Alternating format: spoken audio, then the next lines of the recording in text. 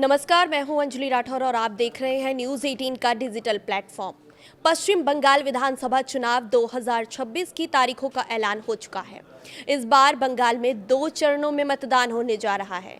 चुनाव आयोग ने ये बताया है कि पश्चिम बंगाल में 23 और 29 अप्रैल को चुनाव होंगे। पश्चिम बंगाल में 2 चरणों में चुनाव।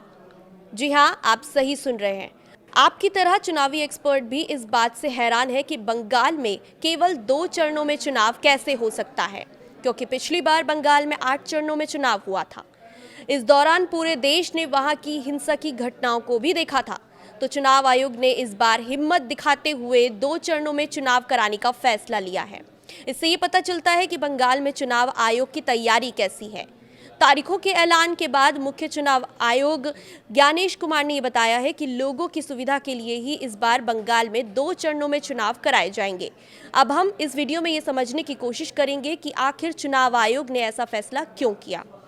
अगर चुनाव आयोग की 2 चरणों में चुनाव कराने के पीछे की क्रोनोलॉजी को समझने की कोशिश की जाए तो सबसे पहले तैयारी को देखना होगा कि किस तरह की तैयारी चुनाव आयोग ने पश्चिम बंगाल में की है। पिछली बार 8 चरणों में चुनाव हुए थे, जिसमें प्री पोलिंग से लेकर चुनावी नतीजे आने तक 48 से 52 लोगों की मौत हो गई थी। इसमें केवल चुनाव के दौरान लगभग 20 से 25 लोगों की मौत का आंकड़ा भी सामने आया था। अब इस बार की प्री पोलिंग पर नजर डाली जाए तो ना के बराबर हिंसा की खबरें सामने आई हैं। पहले समझते हैं कि प्री पोलिंग क्या होती है, इसका मतलब क्या होता है। चुनाव की तारीख के ऐलान से लेकर वोटिंग तक का जो समय होता है वो प्री पोलिंग का कहलाता है, यानी कि चुनावी तैयारियों के बीच हिंसा पर लगाम लगी है। हो सकता है इसकी वजह से चुनाव आयोग ने 2 चरणों में चुनाव कराने का फैसला लिया हो। अब चुनाव आयोग पिछले 6 महीने से बंगाल में एक्टिव भी है। बीते साल यानी कि 2025 के अक्टूबर से लेकर एसआईआर की प्रक्रिया भी पश्चिम बंगाल में चल रही है। यानी कि चुनाव आयोग पिछले 6 महीने से बंगाल में एक्टिव है और वहां की हर गतिविधि पर चुनाव आयोग की नजर बनी हुई है। जबकि पिछली बार चुनाव आयोग के पास केवल 2 महीने में चुनाव कराने का समय था।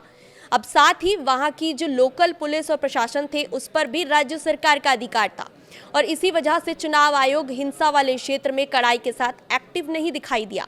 लेकिन अब की बार पुलिस प्रशासन की जो कमान है वो भी चुनाव आयोग के हाथ में होगी, जिसकी वजह से हिंसा पर लगाम लगाना आसान हो जाएगा। वहीं एसआईआर के दौरान जो चुनाव आयोग ने अवैध अराजक उपद्रवियों को जो वोटर लिस्ट से बाहर कर दिया है, इस वजह से भी अब चुनाव में जो हिंसा देखी जाती थी वो कम दिखाई देंगी, उन पर भी लगाम लगेगी। कैसी लगी हमारी रिपोर्ट, हमें कमेंट करके जरूर बताइएगा।